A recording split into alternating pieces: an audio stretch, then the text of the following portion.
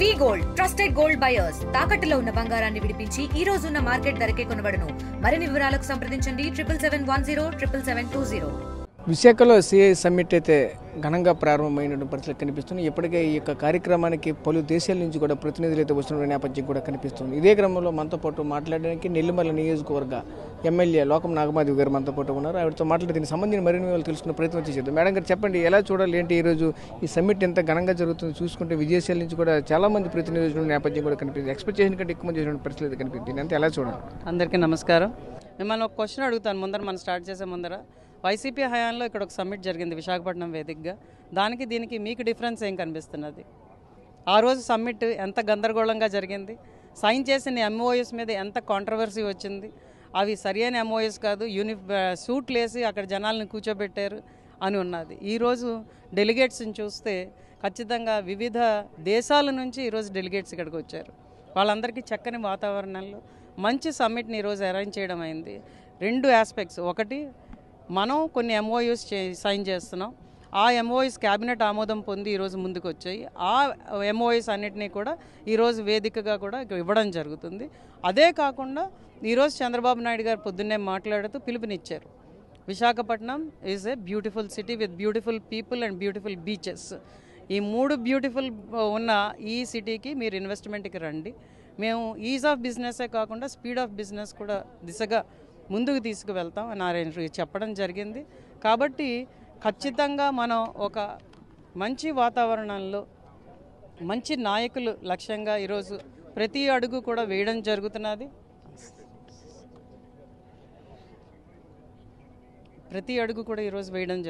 నిన్నను కూడా చాలా ground breaking ceremonies కూడా చేసుకున్నాం.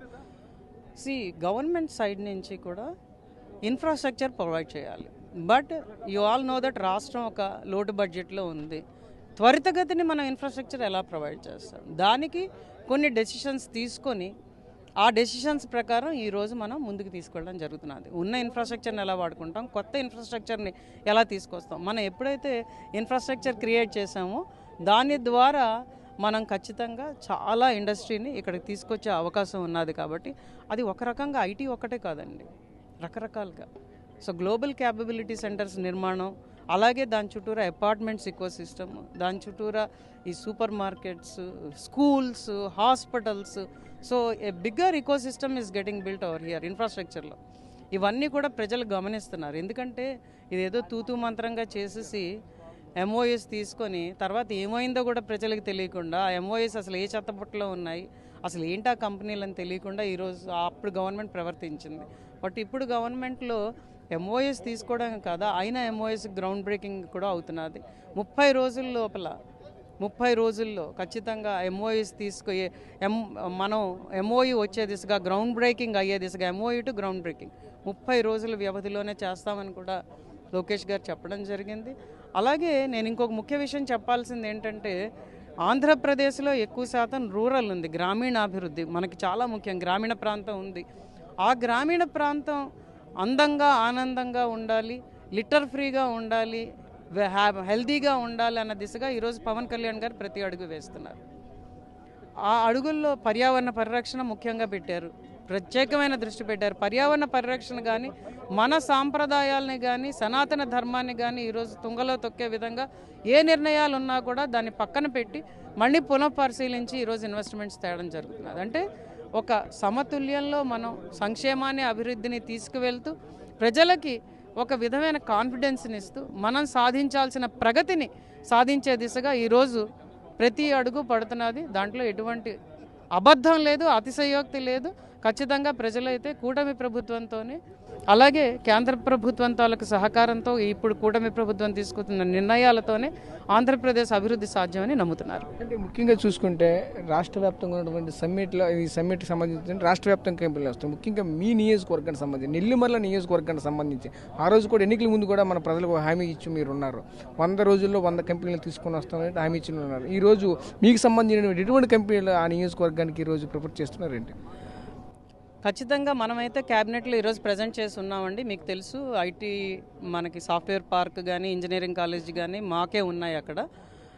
Plus we have a good land parcel over there. So ఈరోజు మనం మాట్లాడినప్పుడు ఐటీ డిపార్ట్మెంట్ లోకేష్ గారికి కానీ మన భాస్కర్ గారికి కానీ ఈరోజు సిఎస్ గారికి చెప్పడం జరిగింది ఏంటంటే మేము కూడా ఇన్ఫ్రాస్ట్రక్చర్ డెవలప్మెంట్లో పార్టిసిపేట్ చేసి గ్లోబల్ క్యాపబిలిటీ సెంటర్స్ని కడతాం. సుమారు 150 ఎకరాల్లో 5,000 కోట్లు ఇన్వెస్ట్ చేసి దాన్ని పెట్టినప్పుడు, ఎందుకంటే the vision of the government is ఇటు ఋషికొండ నుంచి అటు భోగాపురం ఇంటర్నేషనల్ ఎయిర్పోర్ట్ దాకా కూడా డెవలప్మెంట్ రావాలన్నది ఒక విజన్. అందుకని ఇటు చేస్తున్నారు మొత్తం అంతాను. అటు ఫార్మా కంపెనీస్, మన హైడ్రోజన్ పవర్ ప్లాంట్ అవన్నీ కూడా అనకాపల్లి వైపు తీసుకువెళ్ళారు. సో అంటే ఒక ప్రాంతాన్ని పాడవకుండా దాన్ని ఎలాగ మనం ముందుకు తీసుకెళ్ళాలి, this becomes a beautiful beach corridor as well as an IT corridor. ఆ దిశగా తీసుకువెళ్తున్నారు. ఇది నేను అనుకున్న నా ఎలక్షన్ ప్రామిస్ కూడా దోహదపడుతుందని నేను చాలాసార్లు చెప్పున్నాను. పాలసీ మేకింగ్ జరిగి కొంత డిలే అయింది తప్పించి ఖచ్చితంగా అది కాకుండా ఐటీ ఈరోజు కొంత రెసెషన్లో ఉండడం బట్టి లాస్ట్ 2 ఇయర్స్లో కొంత డిలేస్ అయ్యాయి. దాన్ని బట్టి తప్పించి మనకి ప్రత్యేకంగా దాని మీద దృష్టి పెట్టే ముందుకు వెళ్తున్నాం. ఎప్పుడైతే ఇన్ఫ్రాస్ట్రక్చర్ మనం డెవలప్ చేసి అక్కడ ఎయిర్పోర్ట్ ఓపెనింగ్ కూడా మనం జూన్ 2026లో ఖచ్చితంగా ఓపెన్ చేసే దిశగా ముందుకు తీసుకెళ్తున్నాం. కాబట్టి డెవలప్మెంట్ అనేది అవుతుంది, ఐటీ కంపెనీస్ వస్తాయి, వచ్చి తీరుతాయన్న నమ్మకం కూడా ఈరోజు ఉంది. అది కాకుండా ప్రత్యేకంగా ఏమైందంటే ఇదంతా కూడా ఒక ఏఐ హబ్గా తీసుకురావడానికి, ఏఐ ఇన్నోవేషన్ వ్యాలీగా తీసుకురావడానికి కూడా ఈరోజు ప్రభుత్వం ప్రయత్నం చేస్తున్నది. ఇక్కడ ఏఐ, అమరావతిలో క్వాంటమ్ వ్యాలీ, అలాగే మన ఓర్వకల్లో డ్రోన్స్ మ్యానుఫ్యాక్చరింగ్, క్వాంటమ్ కంప్యూటర్స్ అక్కడ తయారు చేస్తామని ఇప్పుడే కూడా చెప్పారు మనకు చంద్రబాబు నాయుడు గారు. సో ఇలాగా ప్రతి ఏరియాని డెవలప్ చేసే విధంగా ఉత్తరాంధ్ర గ్రోత్ ఇంజన్గా ఈరోజు ఏఐ ఇన్నోవేషన్ హబ్ ఇక్కడ వచ్చే విధంగా మనం చేస్తున్నాం. కాబట్టి ఖచ్చితంగా దాని మీద దృష్టి పెడతాం. అదే కాకుండా నేను చెప్తున్నాను, నేను నా నియోజకవర్గానికి కట్టుబడి ఉన్నాను. సో ఐటీ కంపెనీలు తెచ్చినంత మాత్రాన నేను అందరికీ ఉద్యోగాలు ఇవ్వలేను.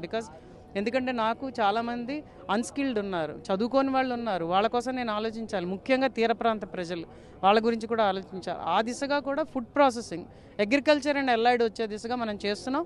ఒక 120 కోట్లతో ఒక మ్యాంగో క్లస్టర్ డెవలప్మెంట్కి నేషనల్ హార్టికల్చర్ బోర్డుకి మనం ఆల్రెడీ సబ్మిట్ చేస్తున్నాం. దాన్ని కూడా ముందుకు తీసుకువెళ్తున్నాం. దాని గ్రౌండ్ బ్రేకింగ్ తొందరలోనే జరుగుతుంది. ఈ జీసీసీస్ కూడా జరుగుతుంది. సో సర్వీస్ సెక్టర్లో ఎక్కువగా ఫోకస్ చేసే విధంగా, అంటే ఏసీ టెక్నీషియన్స్, అలాగే ఎలక్ట్రీషియన్స్, ప్లంబర్స్, వీళ్ళందరూ కూడా మన దగ్గర నుంచి ఎక్కువగా వచ్చే దిశగా మనం ఈరోజు ఫోకస్ చేసి ముందుకు అడుగులు కూడా వేయడం జరుగుతున్నది. అంతే అన్ని సెక్టర్స్ని తీసుకుంటున్నాం. ఈరోజు తీసుకొని మహిళలకు పెద్దపీట వేస్తున్నాం. మష్రూమ్ ఇండస్ట్రీ 4 మండలాల్లో పెట్టే దిశగా ఆల్రెడీ ప్రణాళిక సిద్ధమైంది. దానికి త్వరలోనే ఓపెనింగ్ కూడా జరుగుతున్నది. అలాగే మనం ఫిష్ పౌడర్ తయారు చేసే, డ్రై ఫిష్ పౌడర్ తయారు చేసే విధంగా కూడా ఇంకొక యూనిట్ని తీసుకొస్తున్నాం. ఇవన్నీ ఏంటంటే టర్మరిక్ ప్రాసెసింగ్ యూనిట్ ఒకటి వస్తున్నది. టర్మరిక్, జింజర్, బకోపా, కొలియస్, ఇవన్నీ ప్రాసెసింగ్ యూనిట్ మనకి రావాడలో వస్తున్నది. That's another thing that's opening. So దానికి ఏం చేస్తున్నామంటే అదంతా మాట్లాడాం. మీకు ఎక్కడి నుంచి తెచ్చుకుంటారు రా మెటీరియల్ అంటే బయట నుంచి తెచ్చుకుంటాం, అరకు నుంచి కొంత తెచ్చుకుంటాం, కానీ క్వాలిటీ ఇంకా మీట్ అవ్వట్లేదు. అంటే షేడ్ నెట్ విధానంలో పసుపు పండించే విధానాన్ని తీసుకురావడానికి ప్రయత్నిస్తున్నాం. కొబ్బరి తోటలు మనకి ఎక్కువ. సో కొబ్బరి తోటల్లో నాటుకోళ్ల పెంపకం, పసుపు, అల్లం పండించే, పైనాపిల్ పండించే దిశగా, కోకో ప్లాంటేషన్ దిశగా, అంతర్ పంటలు వేసే దిశగా కూడా ఈరోజు మనం ఫాడర్ కూడా, ఎందుకంటే ఇవన్నీ కూడా గవర్నమెంట్ ఈరోజు హెల్ప్ చేస్తున్నది. జాబ్ కార్డ్ హోల్డర్కి ఏ గవర్నమెంట్ డెసిషన్ తీసుకొని ఇచ్చిందండి, 2 లక్షల దాకా నీ సొంత భూమిలో నువ్వు చేసుకునే దిశగా ముందుకు వెళ్ళు. అది పవన్ కళ్యాణ్ గారు తీసుకున్న నిర్ణయం. ఇప్పుడు స్వర్ణ పంచాయత్స్ అని, అలాగే పల్లె పండుగ 2.0 అని కూడా గ్రామీణాభివృద్ధి కోసం ఈరోజు పవన్ కళ్యాణ్ గారు ప్రత్యేకంగా ముందుకు వస్తున్నారు. దానికోసం ఈ రోడ్లు వేస్తున్నాం, కాలువలు వేస్తున్నాం, మంచినీటి సదుపాయానికి. అలాగే మనం రీఛార్జింగ్ ఎలా చేస్తాం వాటర్ని లాంగ్ టర్మ్, అంటే మనకి వేసంకాలంలో బోర్లు ఎండిపోతాయి, ప్రజలు ఇబ్బంది పెట్టడం, ఆ తర్వాత కాకుండా ఇవన్నీ కూడా సమతుల్యంగా చేసుకుంటూ ఈరోజు గ్రామీణాభివృద్ధికి కూడా పెద్దపీట వేస్తూ, పట్టణాలే కాదు గ్రామీణాలు కూడా అభివృద్ధి చెందినప్పుడే ఈ రాష్ట్రం ప్రగతి మార్గంలో ముందుకు వెళ్తుంది, నెంబర్ 1 రాష్ట్రంగా నిలబడుతుంది అన్న దిశగా ఈరోజు ప్రతి అడుగు వేయడం జరుగుతున్నది. ఇంకొక ముఖ్యమైన టెక్స్టైల్ ఇండస్ట్రీని కూడా సూరత్, కోయంబత్తూరు, కలకత్తాకి ధీటుగా మన నియోజకవర్గంలో తెచ్చే దిశగా ఈరోజు అడుగులు వేస్తున్నాం. Not only domestic market but export మార్కెట్ని కూడా టార్గెట్ చేసి దాని మీద కూడా ప్రత్యేక శ్రద్ధతో ఈరోజు శిక్షణా కేంద్రాలను కూడా వివిధ మహిళలకి ఏర్పాటు చేయడం కూడా జరిగింది.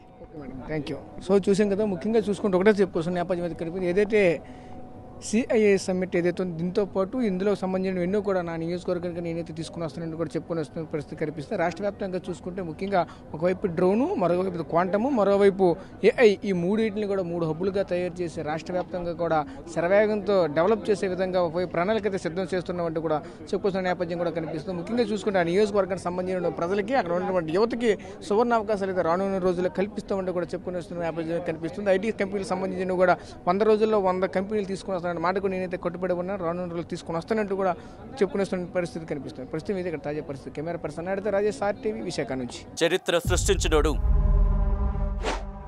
ఇప్పుడు ఆ చరిత్రని తిరగరాయబోతున్నాడు. అబద్ధాల గోడల్ని బద్దలు కొట్టి నిజాలను రాగా మీ ముందుంచబోతున్నాడు.